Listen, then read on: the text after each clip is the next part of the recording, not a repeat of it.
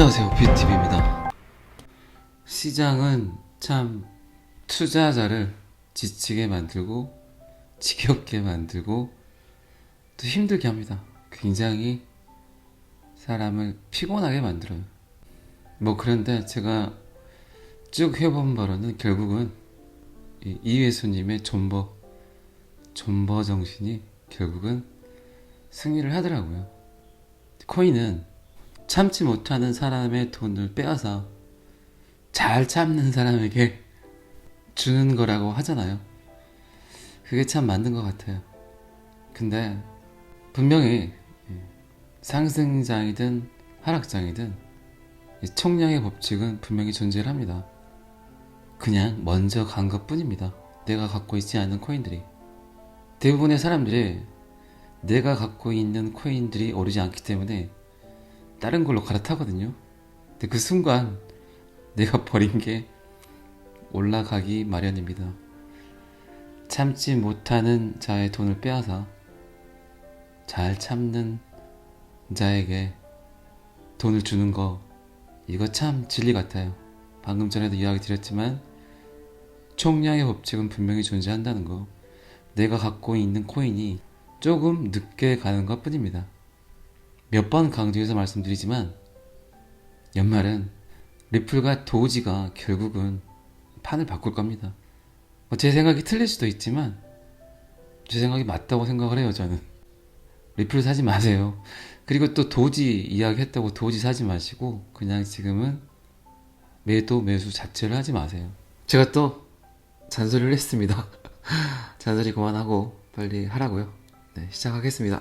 코로나 때문에 가장 많이 쓰는 말 중에 하나가 이 디지털입니다. 디지털.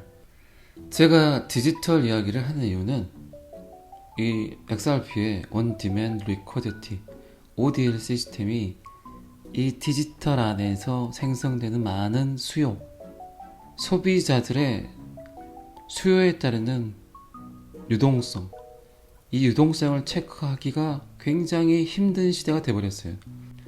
제가 어제 영상에서도 이야기 드렸지만 유튜브라든가 그리고 온라인 마켓, 온라인 안에서의 내가 원하는 컨텐츠만 찾아보고 내가 원하는 수요에만 사람들은 집중이 되어 있는데 이 수요에 대한 유동성 체크가 그렇게 쉬운 일이 아닙니다. 갈수록 디지털 안에서 많은 사람들이 개인 맞춤형 수요를 원해요.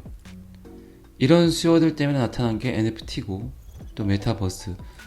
결국은 이 디지털 안에서의 수요 유동성이 급격하게 상승을 함으로써 이 말도 안 되는 연산이나 계산, 지불을 하고 또 이익을 취하고, 저도 마찬가지예요. 저도 유튜브에서 조그마한, 여러분들 때문에 조그마한 수익을 얻고 있지만 이거에 대한 데이터를 정확히 받을 수 있을까요?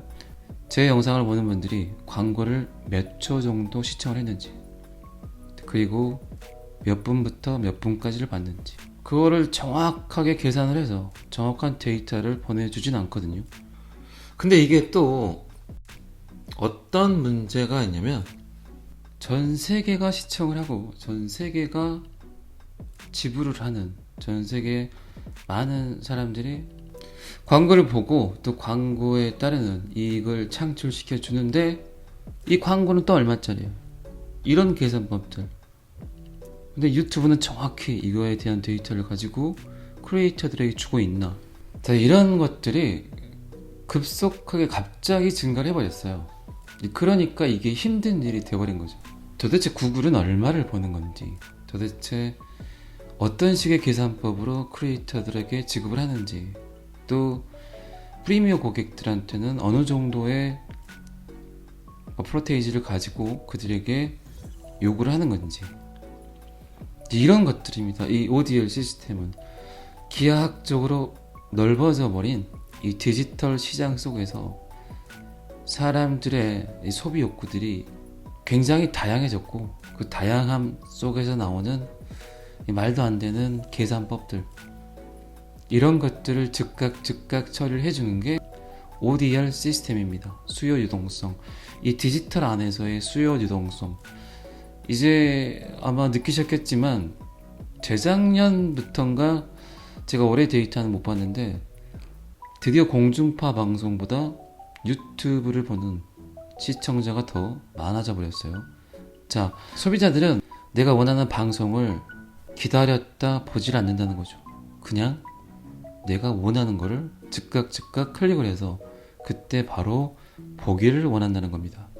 이게 수요 유동성에 관한 제가 이거를 굉장히 어떻게 설명을 해드려야 이해가 빠를까에 대한 고민을 굉장히 많이 했어요.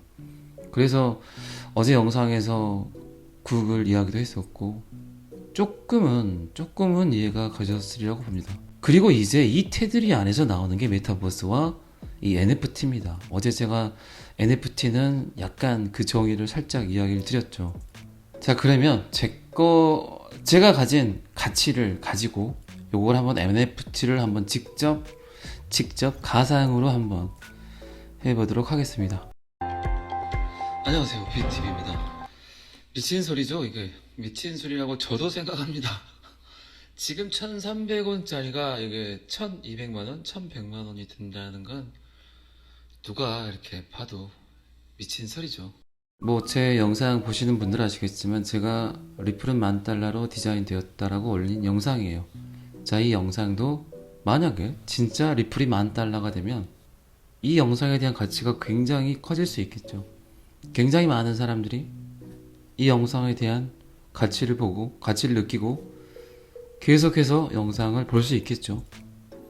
자, 그러면 제가 이 영상에 대한 소유권을 갖고 있기 때문에 이 영상을 NFT 플랫폼에 이 영상을 의뢰를 합니다. 특히나 디지털 안에서의 창작물 같은 경우는 굉장히 큰 가치를 인정을 받습니다. 그래서 트위터 창립자 잭 도로시가 첫 번째 트윗을 했던 그 글이 실질적으로 NFT 시장에서 경매를 받아서 그 가치를 또 인정받았어요. 제가 이 영상을 NFT 시장에 경매로 내놓겠죠. 그러면 분명히 누군가는 이 영상에 대한 소유권을 갖고 싶어서 갖기 위해서 살 수도 있겠죠. 이게 리플 CTO 데이빗 슈왈츠가 말한 디지털 권리에 대한 인간의 소유욕입니다. 자, 그러면 지금 또 굉장히 많이 이야기를 하는 게 저작권에 관한 이야기를 굉장히 많이 하죠. 특히나 이 디지털 안에서의 저작권에 대한 가치, 그 가치에 대한 지불, 이게 지금 잘 평가되고 있는지는, 잘 부여되고 있는지는 아마 아무도 모를 것 같아요. 제 생각에는. 지금 넷플릭스를 통해서 오징어 게임 같은 경우도 마찬가지죠. 굉장히 많은 이 복제 불법 다운로드가 돼서 또 이거를 사람들이 보고 있고, 근데 정상적인 저작료를 이 넷플릭스 측이나 오징어 게임을 만드는 제작사가 받아가는지. 어제도 제가 말씀드렸지만 이 NFC는 이 가상 공간 안에서의 나의 창작물을, 내 소유물을 인정받기 위해서 나온 겁니다. 자, 이거를 어떤 영상이든 어떤 사진이든 위변조가 되지 않고 불법적으로 다운을 받는다든가 펌을 한다든가 이랬을 때는 영상이 재생이 되지 않고 이런 코딩을 입력을 해서 블록체인 안에 넣어버리면 이게 다 가능하다는 거죠. 누가 누구의 소유인지, 어떤 지급 방법으로 누구에게 지불을 해야 되는 이 프로그래밍을 블록체인 안에 넣어버리면, 지금은 크게 뭐 상관이 없다고 생각할 수도 있지만 이 전 세계가 하나로 돼버린 이 인터넷 세상에서 저작권에 관한 문제는 굉장히 심각해질 거예요. 그러면 제 영상을 제가 NFT 시장에 경매를 내놨어요. 그건 누군가가 구매를 했어요. 제가 어제부터 오늘도 이야기하지만 이 개인들이 원하는 옵션들이 틀려질 수 있다고요. 그거는 이 물건을 파는 사람도 마찬가지고 이 물건을 구매하는 사람들의 옵션도 제각각 틀려진다는 겁니다. 이 말도 안 되는 변수들이 생기고 개인 맞춤형 수요를 따라주기에는 지금의 금융 인프라나 지금의 어떤 지불 방식 이런 걸로는 이게 해결이 안 된다는 거예요. 예를 들어 이 영상이 총 24분 정도 돼요.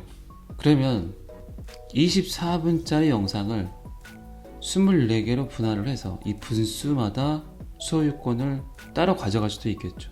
아니면 5분마다 체크를 해서 5분은 내 거, 5분은 또 누구 거. 또 그리고 저는 물건을 파는 NFT 시장에 판매자로 업로드를 하기 때문에, 참여를 하기 때문에 저는 그런 옵션을 걸 수도 있죠. 일단은 이 영상에 대한 판권은 50%는 내가 갖고 또 50%는 구매자에게 갖고 가는 거.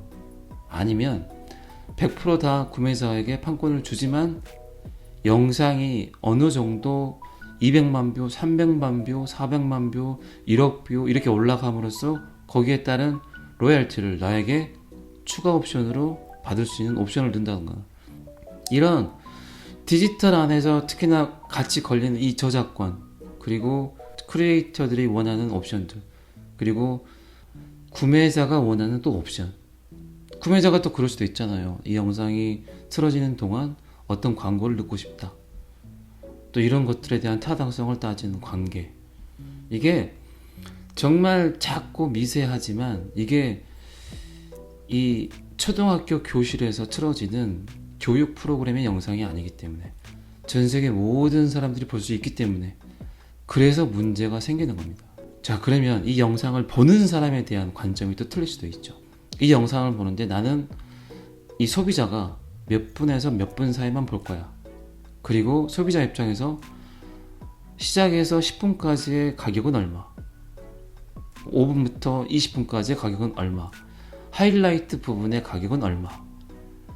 이런 것들이 그냥 문서로 적었을 때는 힘든 일이지만 프로그래밍을 해서 넣는 건 간단한데, 이거에 대한 가치를 제각각 지불을 해주고 또 따지고, 이익 창출, 수익, 지불, 속도, 이런 것들이 지금 현대 나와 있는 금융으로는 따라잡을 수가 없다는 겁니다. 제가 리플이라는 회사를 들여다보면서 참 놀랬던 게 이런 부분들이에요. 앞으로 올 미래에 대한 어떤 일들을 잘 꾸며놓고 잘 세팅을 해놨다는 겁니다. 제가 어제 영상에서 이 스왈츠에 대한 생각을 깊게 들여다본 이유가 이거예요. 얘가 어떤 생각을 하고 있는지를 알아야지 이 코인의 가치, 이 회사의 가치를 느껴지거든요. 근데 적어도 미래를 보고 선점을 하고 있구나라는 생각이 든다는 거예요. 이더리움을 경쟁 상대로 보잖아요. 이더리움의 하에 많은 이 퍼블릭 블록체인들이 결국은 리플 밑으로 들어오겠다는 거를 예견을 하는 사람들이잖아요. 제가 제 영상에 대한 이 NFT화를 하는 부분에 대한 이야기를 드렸을 때 아마 약간은 이해가 되셨을 거예요. 이거는 이제 제 영상뿐만 아니라 지금 지구상에 올라오는 말도 안 되는 이 컨텐츠들, 영상이든 음원이든 이게 뭐 글귀든 사진이든 좀 이벤트가 될 만한 것들, 사람들이 가치와 평가가 될 수 있는 것들, 이런 것들은 충분히 이 경매 시장에서 이 많은 사람들이 그거를 인간의 소유욕에 의해서 갖고 싶어 할 수도 있다는 겁니다. 이제 이거는 이제 제 영상에 대한 NFT를 이제 설명을 드린 거고, 사회 전반적인 모든 것들이 이렇게 될 수 있다는 거죠. 부동산이 될 수도 있고, 뭐 그림이 될 수도 있고, 뭐 운동선수의 뭐 유니폼, 이런 것들. 항상 원본 진짜가 있으면 그 뒤에 따라오는 게 짝퉁들이 많이 나오거든요. 이런 것들의 진위 여부, 그리고 저작권. 이제 조금 이해가 되셨을 것 같으세요. 근데 지금까지 말씀을 드린 게 모두 다가 이제 이게 중재자가 없는 디지털 안에서의 거래거든요. 제가 어제 영상에서도 그런 얘기 했지만 결국 문제는 세금을 부과하기가 힘들다는 겁니다. 위헌조가 되지 않은 블록 안에 모든 거래 원장을 넣어버리기 때문에 참여자더라도 암호화된 해시 함수로 나열이 되기 때문에 누가 보더라도 알 수가 없다는 거예요. 근데 결국은 세금이 문제라는 거죠. 세금에 관한 이 지불 에스크로가 굉장히 필요할 겁니다. 그 어떤 나라의 중앙기관에서든. 근데 이 세금까지의 문제를 이 리플 XRP가 이 안에서 해결을 한다는 거죠. 이 ODL 시스템이. 그러면 이 복잡하고 미묘한 디지털 안에서의 이 거래가 쉬운 게 아니라는 거죠. 어쨌든 전 세계 트렌드가 탈중앙화, 뭔가 사람이든 기관이든 누군가의 중재를 받지 않고 어떤 거래든 P2P 거래가 가능하다면, 그 프로토콜이 풀린다면 굳이 수수료를 지불하면서 누군가에게 나의 거래를 인정해주라는 그런 요구 조건들을 달 필요가 없거든요. 그 사이에서 항상 걸리는 게 거래에 관한 세금. 결국 이 세금에 대한 솔루션이 풀리지 않으면 그 어떤 NFT 시장도 활성화되긴 힘듭니다. 정부가, 나라가 인정을 해주지 않는데 나라는 세금을 걷어야 되고, 그 수많은 천문학적인 거래가 되는데 세금을 단 한 푼도 요구할 수 없게 된다면 그 시장을 그냥 둘까요? 절대 그러지 않을 겁니다. 그 안에서 XRP, 레저가 그 사이드 체인과 함께 거래 원장 안에서 이 ODL 시스템이 그 세금 문제까지 처리를 해준다는 겁니다. 결국은 제가 지금까지 했던 많은 말들보다 가장 임팩트 있는 말이 결국은 세금이에요. 세금을 걷기 위한 도구가 들어가지 않으면 절대 그 시장은 인정받지 못하고 커나가질 못합니다. 근데 나라든 정부든 이 세금에 관련된 이 지불 에스크로를 넣어준다면 이 시장을 활성화시키지 않을 이유가 없다는 거죠. 굉장히 많은 수수료가 절감이 되는데 사회 간접 비용이 축소가 되고 그 비용들을 결국은 사회복지에 쓸 겁니다. 그 대신 세금 관계가 철저하게 떨어져야 된다는 얘기죠. 거기서 또 XRP가 또 꽃을 피게 된다는 겁니다. 지금 시장은 초기 시장이에요. 초기 시장. NFT도 마찬가지고 블록체인도 마찬가지고, 초기 시장의 의미는 뭡니까? 언제든지 사라질 수 있다. 언제든지 저 코인은 없어질 수 있다라는 거예요. 사람들이 뭔가를 잘 모를 때 선택한 것들은 결국은 준비가 되어 있지 않으면 성장해 나갈 수가 없다는 거죠. 데이빗 슈얼츠가 그런 말 했잖아요. 조금 늦었지만 우리는 그걸 늦었다고 생각하지 않는다.